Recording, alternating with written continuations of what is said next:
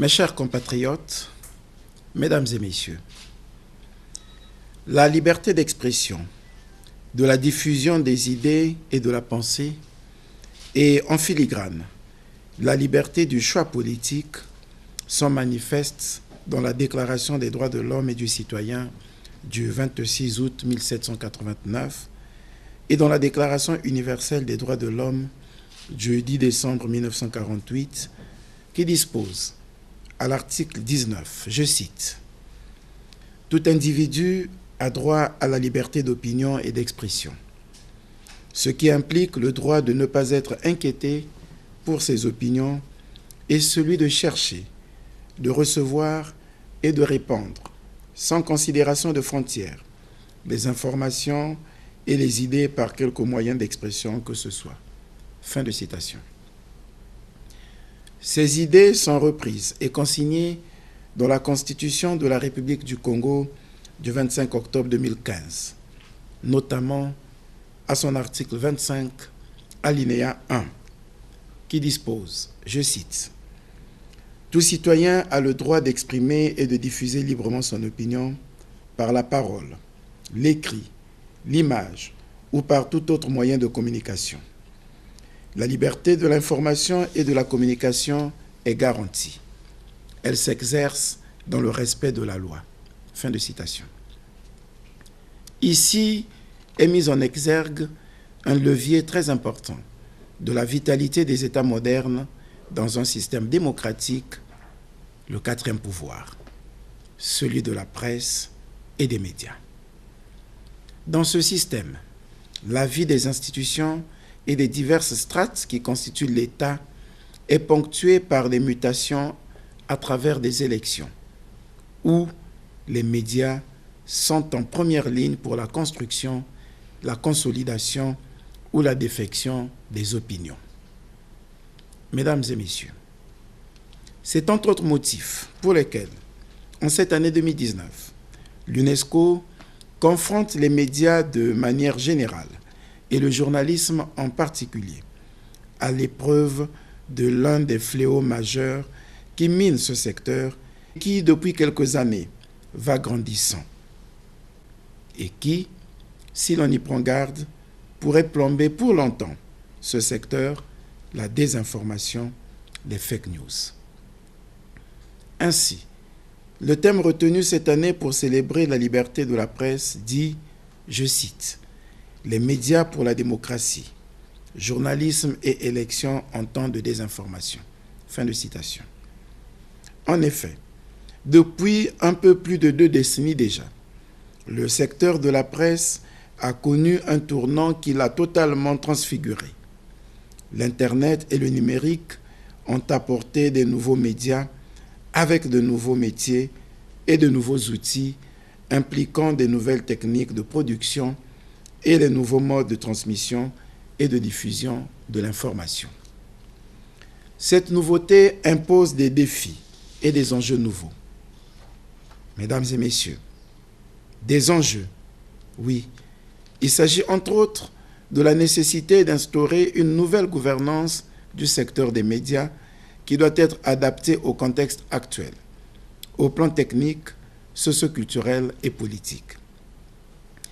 La révision de la charte des journalistes et des autres textes régissant le secteur participe de cette nouvelle gouvernance. Le ministère de la Communication et des Médias et l'Autorité nationale de régulation en la matière, le Conseil supérieur de la liberté de communication, sont dans cette perspective. Mesdames et messieurs, des défis, oui, il y en a plusieurs, et de nature différente. Entre autres, l'amélioration des supports de diffusion et des contenus informationnels afin de mieux s'insérer dans la concurrence. La formation des techniciens et des journalistes en vue de leur professionnalisation pour les mettre à l'abri de la facilité avec pour corollaire majeur la désinformation devenue préoccupation des États et des institutions internationales. La production et la diffusion des fake news, je reprends ce mot, peut-on dire met aujourd'hui en danger le journalisme. Évidemment, le journalisme n'est pas une construction d'informations à travers un montage et la diffusion de fausses dépêches, de fausses nouvelles, de fausses images et de fausses vidéos. Cela est à l'antipode du journalisme. Le journalisme a pour base et principe les faits, rien que les faits. Telle est la source de ce qu'il est convenu d'appeler la bonne information. En effet, toute information part des faits. C'est sur ceux-ci et autour d'eux seuls que doit reposer tout commentaire que propose le journaliste.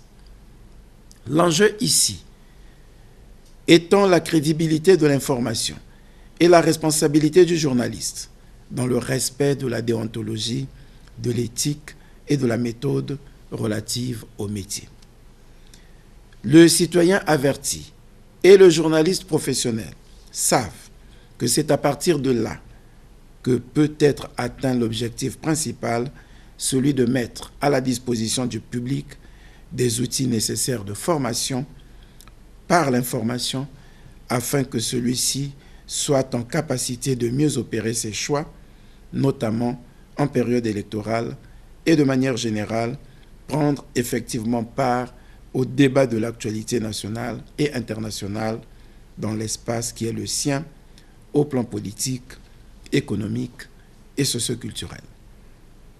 Mesdames, Messieurs, le contexte socio-économique de notre pays exige que les médias se montrent plus lucides, plus sereins, impartiaux et donc plus responsables, s'opposant à toute manipulation dans le traitement de l'information, à travers les focus, les reportages et toutes autres analyses.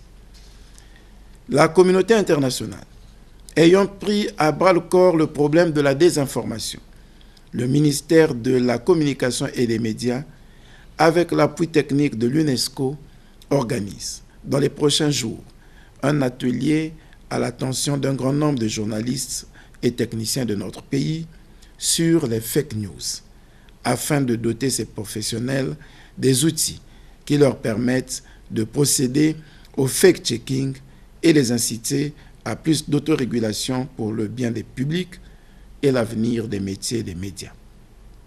Car, dans le métier de journaliste, la responsabilité impose l'autorégulation.